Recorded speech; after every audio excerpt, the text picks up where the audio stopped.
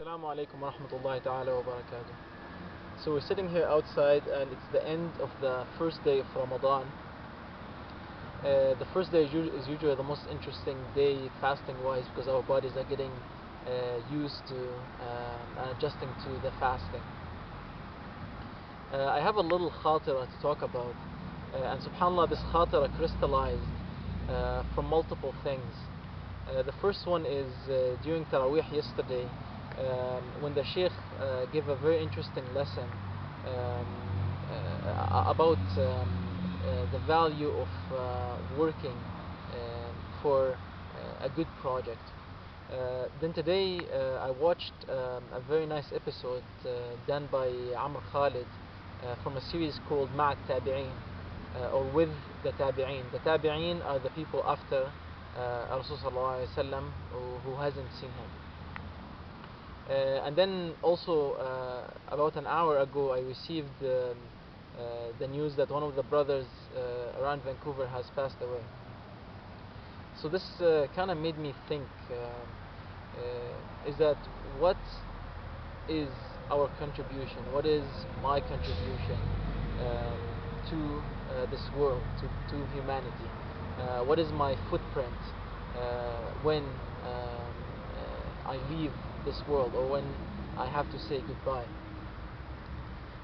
Now, if you come to think about life in general, you realize that you can think of it as a business transaction.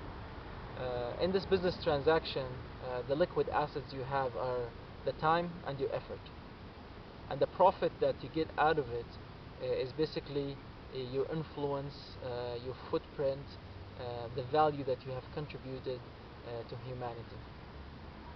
So the question that comes is, what can I contribute?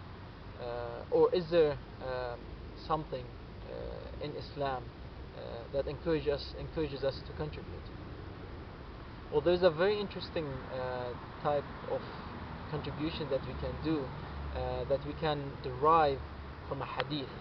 Rasulullah has told us that من سن سنة حسنة فله أجرها وأجر من عمل بها لا ينقص من أجر العامل شيء. So Rasulullah, the Prophet, peace be upon him, has told us that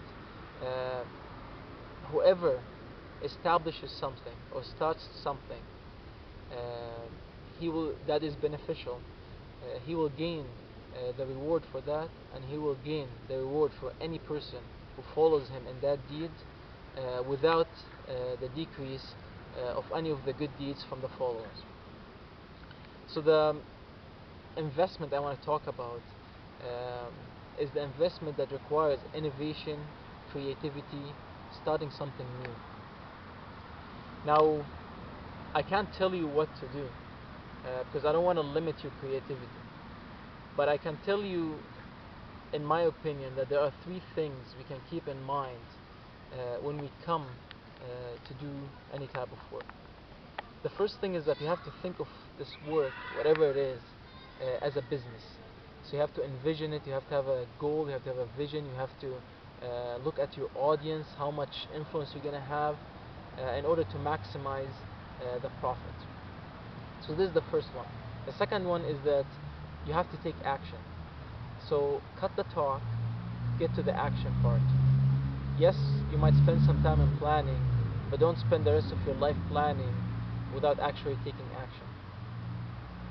And the final part that you need to keep in mind is that you need to learn and improve. Now, when you come to start a new project, you have a lot of doubts. Is it going to be good? Is it going to be bad? How are people going to think of it? Whatever. But you're going to realize that you will never be able to get to the best you can do unless you constantly learn and improve. Now, this is my very quick thought, and I hope that we can make the most out of our time, especially right now during Ramadan.